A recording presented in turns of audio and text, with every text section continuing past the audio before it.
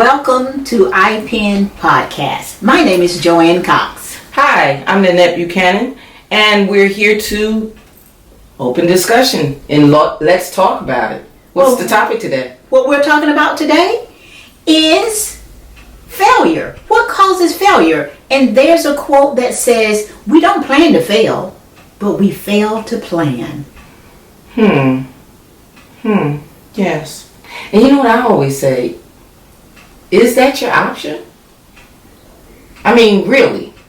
Like you said, we don't plan to fail, but we do make plans that lead us to failure. Yes, and that's different because you had a plan, but that plan did fail. And why are some reasons that when you go out and have a plan, what are some of the reasons that would cause us to fail even though we had a plan? Sometimes we have things that come about that we're not expecting. Those are just things that you planned on getting there on time and the traffic was backed up. It's a plan. But it failed. Exactly. You didn't get there on time. So now, a lot of times, the reason we fail, as simple as that sounds, we didn't look at the alternative. There's always an alternative. We don't set out to fail. I don't believe that we sit down and say, this is my option. I'm not going to make it. I don't think that that's what happens. No, it doesn't. But I think that in the lack of planning, we don't always plan for the alternative. And there will always be challenges. And there's always going to be an obstacle. There's always going to be a challenge. There's always going to be something that comes up that you did not plan for. But I just am one that believes that failure is not on my checkoff list. I'm just not going to pick that. I'm going to look at everything possible and then look for alternatives. And that in itself is a plan. And that's a plan. That's a plan. Because all you need is to find out that when something doesn't work, you don't look at that as a negative. You look at that as something to learn from. And if it's as simple as going to be somewhere on time, we know that it could be a train. We know it could be a funeral procession. It could be anything. We know we could have car problems. So if you know that it takes you 45 minutes to get to your destination, you don't want to plan on just the 45 minutes. Exactly. So what you're saying to the other person is you care enough about that meeting or that particular engagement that you are going to be there on time. And if it means that you need to be there 15 to 30 minutes early, you don't have to bother them. You can just say, I made it to the destination, but I'm right here and I don't have to go in right now. Exactly. And I was just going to say that there are some things that you just can't get to early because they're not going to let you in. But that does not mean that your waiting period is wasted. Exactly. Because it's not wasted in the traffic and your worry. It's not wasted behind the problem that you had getting there. It's not wasted. So it's not time wasted. It's time that you can use to get ready for your next thing.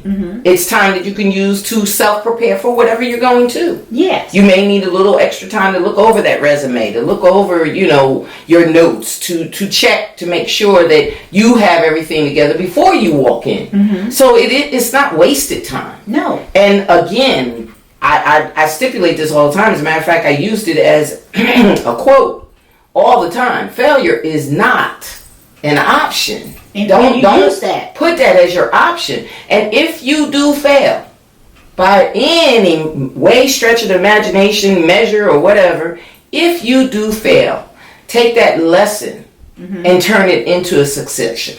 And if you do that, I don't consider that a failure. Exactly. Because you're still going about it. Yes. And so what you're wanting to do is to make sure that you have an aim. What is your aim? If you have goals, how are you going to reach them?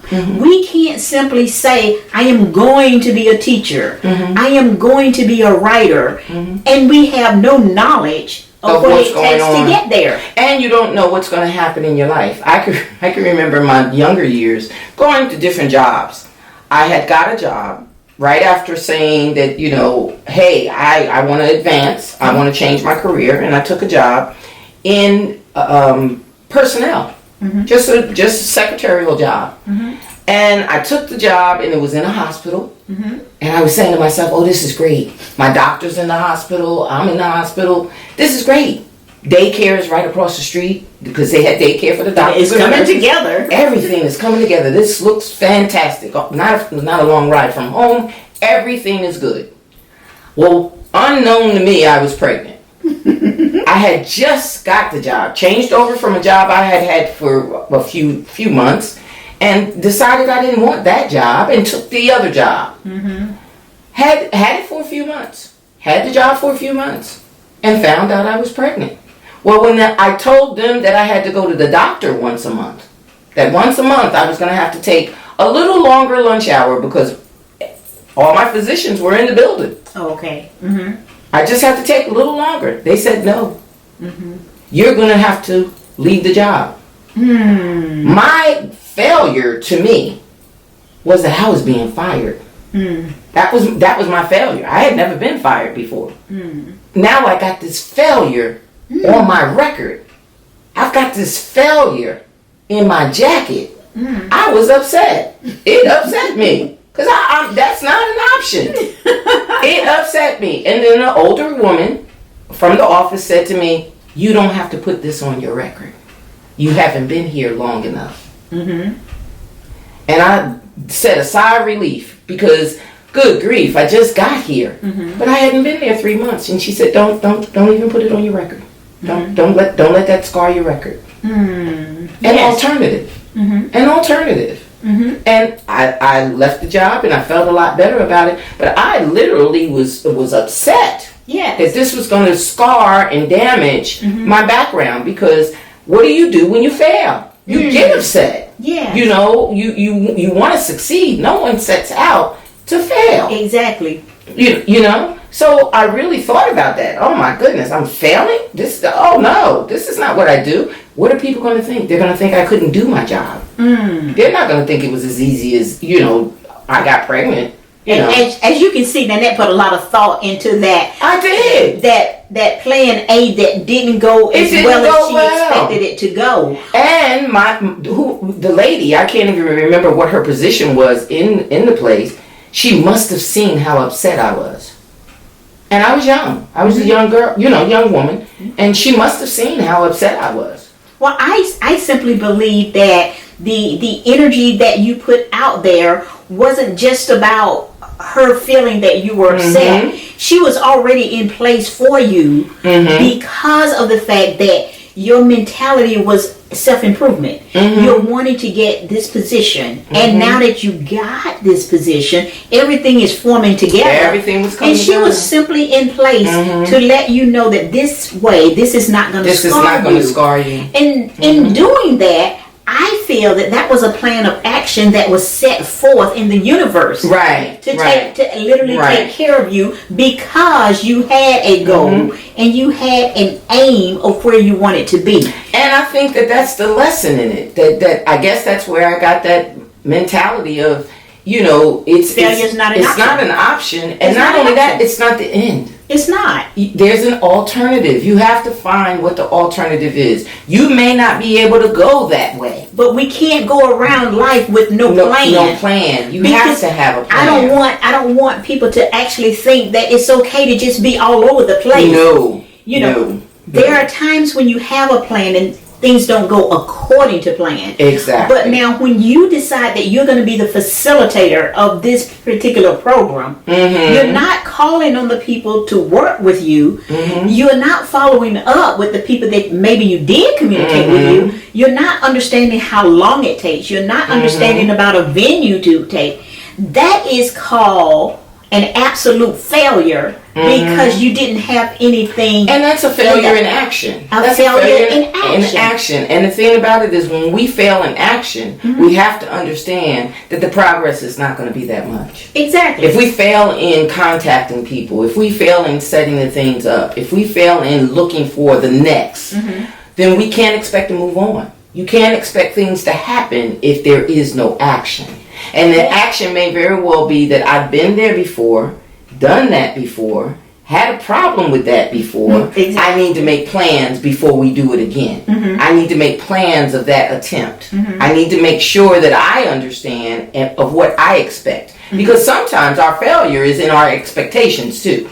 You know, I would love to have that Audi 400, you know, but my expectation of an Audi 400 is I'm making minimum wage. How am I going to get it? Exactly. Well, then I got to make plans to make more money to acquire what it is that I want. So you go to the end of what it takes, meaning how much is it going to cost, and then back up and say, how am I going to earn the amount to get there? Or get the time. You know, even with time, we got to make plans. So if you know that you got this, just like you said, you got this going on, plan to be there early. Plan to get it done early. Plan to set up the event early. Plan to arrange things early. Plan to partnership with someone. Don't just walk in and think you are automatic fit. Yes. You know, plan these things. The things that you expect, plan for them. The word over and over that you're hearing is plan. Plan. And it's about self-discipline and being focused. Because once you know what to do, are you going to take the actions to do it? It has to be action. There has to be action word. It's not just going to happen. It's not going to just happen. And for us that look forward to having someone to work with us, a virtual assistant or secretary or even a delivery person or whatever, don't think that they're going to go over and above like you're going over and above. You may very well have to let them know what you expect from them so that it does not fail.